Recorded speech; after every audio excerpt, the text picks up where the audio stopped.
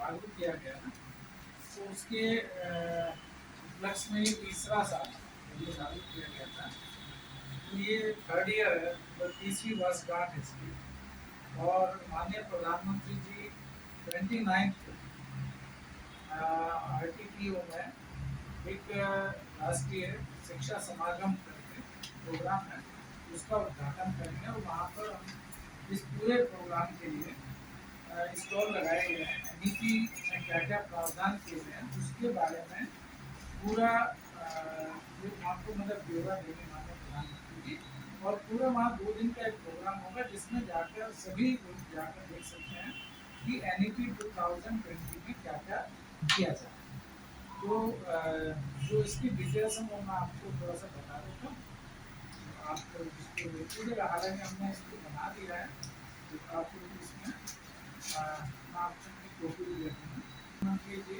श्री नरेंद्र मोदी जी 29 जुलाई को ITPO स्थित प्रगति मैदान नई दिल्ली में दूसरे अखिल भारतीय शिक्षा समागम का उद्घाटन करेंगे, जो कि राष्ट्रीय शिक्षा नीति 2020 की तीसरी वर्षगांठ भी है। शिक्षा मंत्रालय और कौशल विकास एवं विकास मंत्रालय उद्यमिता द्वारा 2 दिवसीय कार्यक्रम का आयोजन किया जा रहा है। इस अवसर पर प्रधानमंत्री विभिन्न कार्यक्रमों की शुरुआत करेंगे। NEP 2020 का विजन भारत को व्यापक आधारित लचीलेपन के माध्यम से ज्ञान महाशक्ति, एक जीवन, ज्ञान समाज और वैश्विक ज्ञान महाशक्ति में बदलना, 21वीं सदी की आवश्यकताओं के अनुकूल बहुविषयक शिक्षा देना, प्रत्येक छात्र की अद्वितीय क्षमताओं को सामने लाना, रटने के बजाय आलोचनात्मक सोच, क्रिटिकल थिंकिंग को बढ़ावा देना, सीखने पर ध्यान केंद्रित करना, पढ़ाई के बजाय वैज्ञानिक स्वभाव को प्रोत्साहन देना, 21वीं सदी के भारत या आत्मनिर्भर भारत के लिए नीति तैयार करना, स्थानीय के साथ साथ वैश्विक का एकीकरण करना। केंद्रीय विद्यालय संगठन, केंद्रीय विद्यालयों सेंट्रल स्कूल की योजना को नवंबर 1962 में दूसरे केंद्रीय वेतन आयोग की सिफारिशों के आधार पर भारत सरकार द्वारा मंजूरी दी गई। आयोग ने सरकार से सिफारिश की कि स्थानांतरित केंद्रीय सरकार के कर्मचारियों के बच्चों को निर्बाध शिक्षा प्रदान करने के लिए एक योजना विकसित करनी चाहिए। नतीजन केंद्रीय स्कूल संगठन, जो अब केंद्रीय विद्यालय संगठन है, की शुरुआत सरकार के शिक्षा मंत्रालय के अधीन स्वायत्त संगठन के रूप में की गई। प्रारंभ में शैक्षणिक सत्र 1963-64 के दौरान 20 रेजिमेंटल स्कूल, जो अब केंद्रीय विद्यालय हैं, के साथ केंद्रीय विद्यालय संगठन की स्थापना की गई। आज पूरे देश में 1253 केंद्रीय विद्यालय, जिनमें से 1250 केंद्रीय विद्यालय देश में ही स्थित हैं और विदेश में 3 केंद्रीय विद्यालय काठमांडू, मॉस्को और तेहरान स्थित हैं। केंद्रीय विद्यालय संगठन में इस समय 14 लाख से ज्यादा छात्र अध्ययनरत हैं। छात्रों के समग्र विकास पर प्राथमिक ध्यान देने के साथ साथ केंद्रीय विद्यालयों में निम्न सुविधाएं भी प्रदान की जा रही हैं। कक्षाओं, प्रयोगशालाओं, पुस्तकालय सहित समय अपेक्षित बुनियादी ढांचा और अपने स्वयं के स्थायी भवनों वाले सभी केंद्रीय विद्यालयों में खेल सुविधाएं, सभी केंद्रीय विद्यालयों में लैब, कंप्यूटर और इंटरनेट कनेक्टिविटी के साथ सभी सुविधाएं उपलब्ध हैं। शिक्षा अधिकार अधिनियम 2009 के अंतर्गत आरक्षण SC/DG एवं संवैधानिक आदेश के अनुसार SC/ST को शामिल करके उन्हें आरक्षण प्रदान करता है।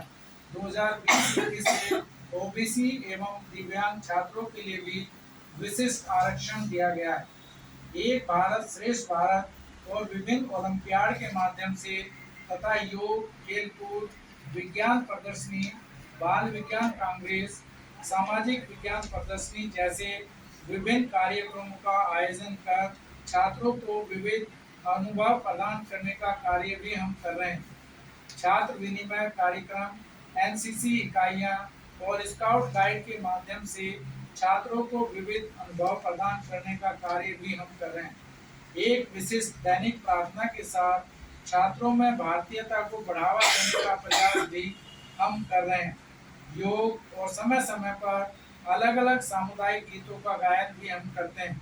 केंद्रीय विद्यालय संगठन विभिन्न माध्यमों से शिक्षा की गुणवत्ता में सुधार पर भी ध्यान केंद्रित करता है। कार्यशालाओं और सेवाकालीन प्रशिक्षण के माध्यम से शिक्षकों के प्रशिक्षण पर भी हमने पहल की है। हाल ही के वर्षों में केंद्रीय विद्यालय संगठन ने सुधार के लिए प्रौद्योगिकी का उपयोग बढ़ाया है।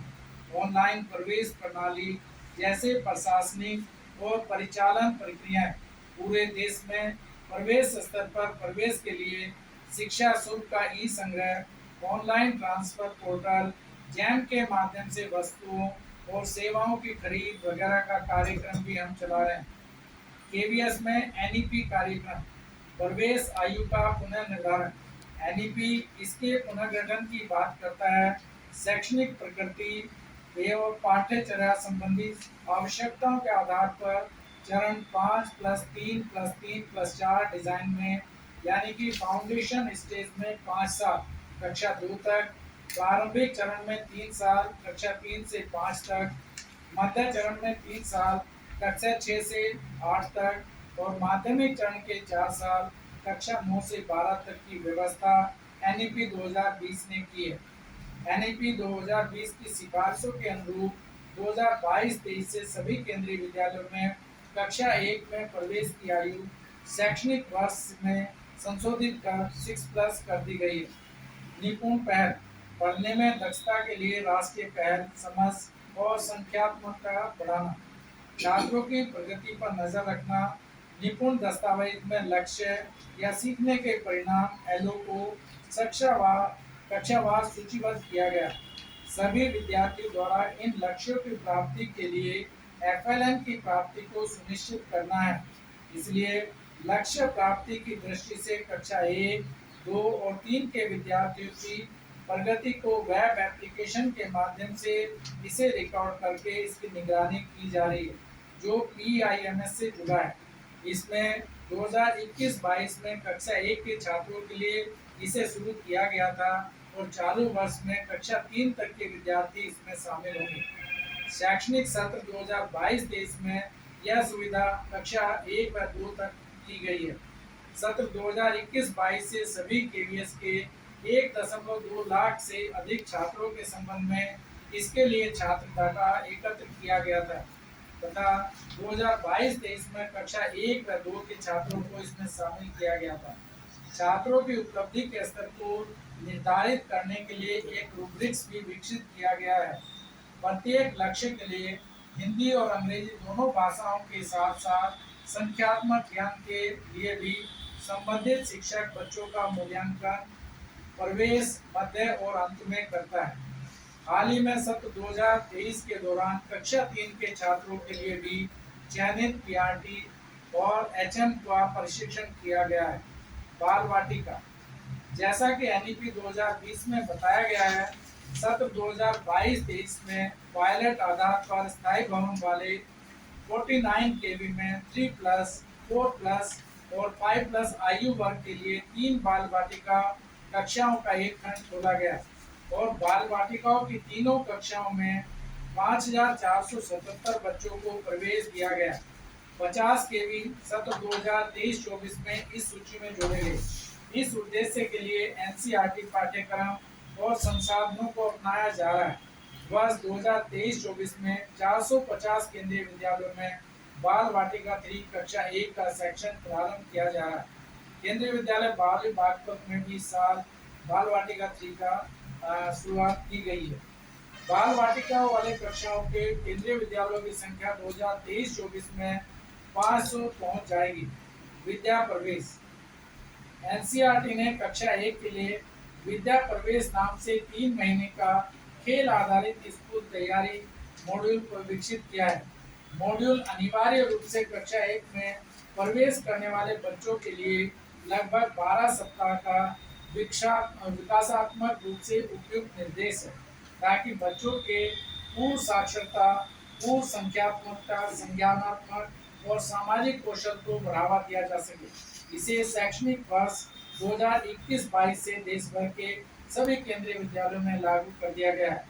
मूलभूत चरण के लिए राष्ट्रीय परिचर्चा पाठ्य चर्चा की रूपरेखा NCF-FS यह अक्टूबर 2022 को लॉन्च किया गया। यह भारत में 3 से 8 वर्ष की आयु के बच्चों के लिए पहला एकीकृत पाठ्यक्रम ढांचा है। यह 5+3+3+4 पाठ्यचर्या और शैक्षणिक संरचना का प्रत्यक्ष परिणाम है, जिसे NEP 2020 स्कूली शिक्षा के लिए लेकर आया है। इसके लिए 20 फरवरी 2023 को जादुई पिटारा NCF-FS पर आधारित लर्निंग टीचिंग मटेरियल जादुई पिटारा चैट का लॉन्च किया गया है। यह 3 से 8 वर्ष की आयु के बच्चों के लिए एक खेल आधारित शिक्षण प्रणाली सामग्री है। KVS NCERT द्वारा तैयार NCF का पालन कर रहा है।